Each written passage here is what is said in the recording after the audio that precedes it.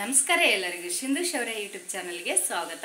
ಇವತ್ತಿನ ವಿಡಿಯೋದಲ್ಲಿ ಮಾವಿನಕಾಯಿ ಚಿತ್ರಾನ್ನ ಮಾಡೋದು ಹೇಗೆ ಅಂತೇಳಿ ತುಂಬ ಈಸಿಯಾಗಿ ಪಕ್ಕಾ ನಾಟಿ ಸ್ಟೈಲಲ್ಲಿ ಹೆಲ್ತಿಯಾಗಿ ಇವತ್ತಿನ ವಿಡಿಯೋದಲ್ಲಿ ತಿಳಿಸ್ಕೊಡ್ತಾ ಇದ್ದೀನಿ. ಸ್ಕಿಪ್ ಮಾಡದೆ ಕೊನೆ ತನಕ ನೋಡಿ, ಲೈಕ್ ಕೊಡಿ, ಸಬ್ಸ್ಕ್ರೈಬ್ ಮಾಡಿ, ನಿಮ್ಮ ಫ್ಯಾಮಿಲಿ ಮೆಂಬರ್ಸ್ಗೆ ಫ್ರೆಂಡ್ಸ್ಗೆಲ್ಲ ಶೇರ್ ಮಾಡಿ.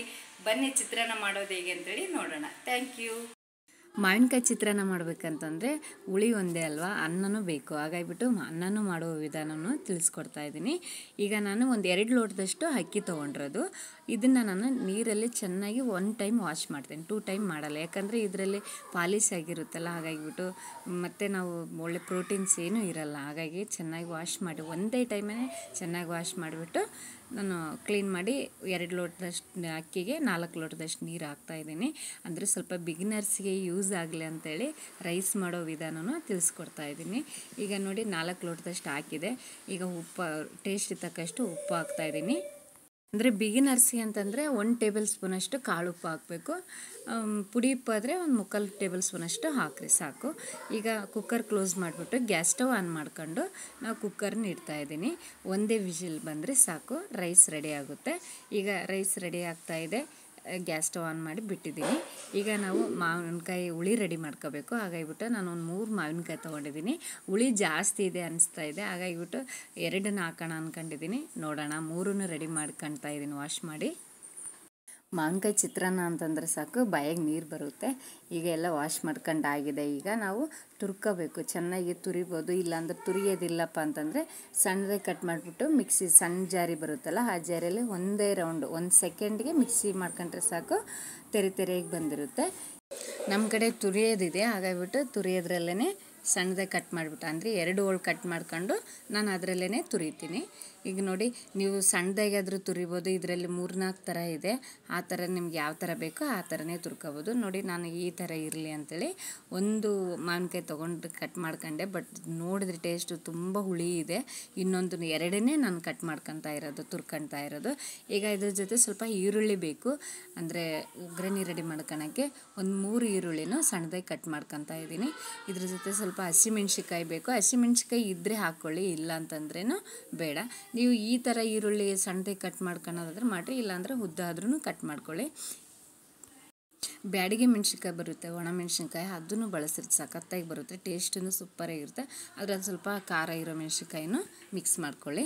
ಈಗ ನಾವು ಬೆಳ್ಳುಳ್ಳಿನೂ ಸ್ಮ್ಯಾಶ್ ಮಾಡಿ ರೆಡಿ ಮಾಡ್ಕೊತಾ ಇದ್ದೀನಿ. ಇದರಲ್ಲಿ ಮೇನ್ ಇಂಗ್ರೀಡಿಯೆಂಟ್ಸ್ ಅಂತಂದರೆ ಈ ಮಾವಿನಕಾಯಿ ಚಿತ್ರಾನಿಗೆ ಒಳ್ಳೆ ಫ್ಲೇವರ್ ಕೊಡೋದು, ಒಳ್ಳೆ ಟೇಸ್ಟ್ ಕೊಡೋದು ಅಂತಂದ್ರೇ ಬೆಳ್ಳುಳ್ಳಿ. ಮೇನ್ ಬೆಳ್ಳುಳ್ಳಿ ಇದ್ರೇ ಮಾವಿನಕಾಯಿ ಚಿತ್ರಾನ್ನ ಮಾಡಿರಿ, ಇಲ್ಲ ಅಂತಂದರೆ ಮಾಡೋಕ್ಕೆ ಹೋಗಬೇಡ್ರಿ, ಸೂಪರಾಗಿರುತ್ತೆ ಮಾವಿನಕಾಯಿ ಚಿತ್ರಾನ್ನ. ಈಗ ನಾನು ಒಂದು ಕಡಾಯಿ ಇಟ್ಕೊಂಡು, ಕಡಾಯಿ ಬಿಸಿ ಆಯಿತು. ಇದಕ್ಕೆ ನಾನು ಒಂದು ಸ್ವಲ್ಪ ಅಡುಗೆ ಎಣ್ಣೆ ಹಾಕಿಬಿಟ್ಟು ಶೇಂಗಾ ಬೀಜನ ಚೆನ್ನಾಗಿ ಫ್ರೈ ಮಾಡ್ತಾಯಿದ್ದೀನಿ ಕಡಿಮೆ ಫ್ಲೇಮಲ್ಲಿ. ಅದು ಸೈಡ್ ಎತ್ತಿಟ್ಬಿಟ್ಟಿದ್ದೀನಿ, ಬಟ್ ಅದು ವಿಡಿಯೋ ಮಾಡೋಕ್ಕಾಗಲಿಲ್ಲ, ಫೋನ್ ಬಂದುಬಿಡ್ತ್ರಿ, ಹಾಗಾಗಿಬಿಟ್ಟು ಅದು ಸ್ಕಿಪ್ ಆಗಿಬಿಡ್ತು ವಿಡಿಯೋ. ಈಗ ನಾನು ಅದೇ ಎಣ್ಣೆಗೆ ನಾನು ಒಂದು 3 ಟೇಬಲ್ ಸ್ಪೂನಷ್ಟು ಕಡಲೆಬೇಳೆ, ಸ್ವಲ್ಪ ಒಂದು 5-6 ಬೆಳ್ಳುಳ್ಳಿ ಇತ್ತು, ನಾಟಿ ಬೆಳ್ಳುಳ್ಳಿ, ಅದನ್ನು ನಾನು ಸ್ಮ್ಯಾಶ್ ಮಾಡಿ ಇಟ್ಕೊಂಡಿದ್ದೆ. ಅದನ್ನು ಹಾಕಿಬಿಟ್ಟು ಸ್ಮೆಲ್ ಬರಬೇಕು, ಬೆಳ್ಳುಳ್ಳಿ ಸ್ಮೆಲ್ ಬರುತ್ತೆ ಅದು ಫ್ರೈ ಆದಮೇಲೆ. ಆ ಥರ ಸ್ಮೆಲ್ ಬಂದಾಗೇ ಸೀಸ್ಬಾರ್ದು, ಆ ಥರ ಸ್ಮೆಲ್ ಬಂದಾಗೇ ನೀವು ಬೇರೆ ಇಂಗ್ರೀಡಿಯೆಂಟ್ಸ್ಗಳನ್ನ ಆ್ಯಡ್ ಮಾಡ್ಕೊಳ್ಳಿ. ನಾನು ಸ್ಮೆಲ್ ಬಂದಾಯಿತು, ಅದಕ್ಕೆ ನಾನು ಹಸಿಮೆಣ್ಸಿಕಾಯಿನ, ಸ್ವಲ್ಪ ಖಾರ ಇದೆ ಹಾಗಾಗಿಬಿಟ್ಟು ಒಂದು 5 ಹಸಿಮೆಣ್ಸಿಕಾಯಿನ ಕಟ್ ಮಾಡಿಟ್ಟಿದ್ದು ಅದನ್ನು ಹಾಕಿದ್ದೀನಿ. ಅದು ಫ್ರೈ ಆದಮೇಲೆ ನಾನು ಒಂದು 3 ಈರುಳ್ಳಿನೂ ಹಾಕಿದ್ದೀನಿ, ಅಂದರೆ ಕಟ್ ಮಾಡಿಬಿಟ್ಟು ಸಣ್ಣದಾಗಿ ಹಾಕಿಬಿಟ್ಟು ಚೆನ್ನಾಗಿ ಮಿಕ್ಸ್ ಮಾಡ್ಕೊಂಡು ಆದಮೇಲೆ ಒಂದು 2 ಚಿಟಿಗೆಯಷ್ಟು ಅರಿಶಿನ ಪುಡಿನೂ ಹಾಕಿ ಚೆನ್ನಾಗಿ ಮಿಕ್ಸ್ ಮಾಡಬೇಕು. ಒಂದು 5 ನಿಮಿಷ ಆದಮೇಲೆ ನಾವು ಸ್ವಲ್ಪ ಕರಿಬೇವನ್ನ ಹಾಕ್ತಾಯಿದ್ದೀನಿ. ಕರಿಬೇವನ್ನ ನೀವು ಮೊದಲೇ ಎಣ್ಣೆ ಹಾಕ್ತೀವಲ್ಲ, ಆ ಮೊದಲ ಟೈಮಲ್ಲಾದರೂ ಹಾಕ್ಕೊಳ್ಳಿ, ಇಲ್ಲಪ್ಪ ಅಂತಂದರೆ ಈರುಳ್ಳಿ ಜೊತೆ ಆದರೂ ಹಾಕಿರಿ. ನನಗೆ ಈರುಳ್ಳಿ ಜೊತೆ ಇಷ್ಟ, ಸಖತ್ತಾಗಿರುತ್ತೆ, ಟೇಸ್ಟೂ ಸಖತ್ತಾಗಿ ಬರುತ್ತೆ, ಸ್ಮೆಲ್ಲೂ ಚೆನ್ನಾಗಿರುತ್ತೆ.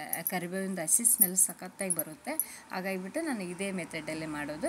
ನಾನು ಈರುಳ್ಳಿ ಜೊತೆ ಸ್ವಲ್ಪ ಉಪ್ಪು ಹಾಕಿದ್ದೆ ಟೇಸ್ಟಿಗೆ, ಅದು ಸ್ಕಿಪ್ ಆಗಿದೆ ವಿಡಿಯೋ. ನೆಕ್ಸ್ಟ್ ನೀವು ಈರುಳ್ಳಿ ಜೊತೆ ಆದ್ರೂ, ಇಲ್ಲ ಮಾವಿನಕಾಯಿ ಹಾಕಿದ ಮೇಲೆ ಆದ್ರೂ ನೀವು ಉಪ್ಪು ಹಾಕ್ಕೊಳ್ಳಿ.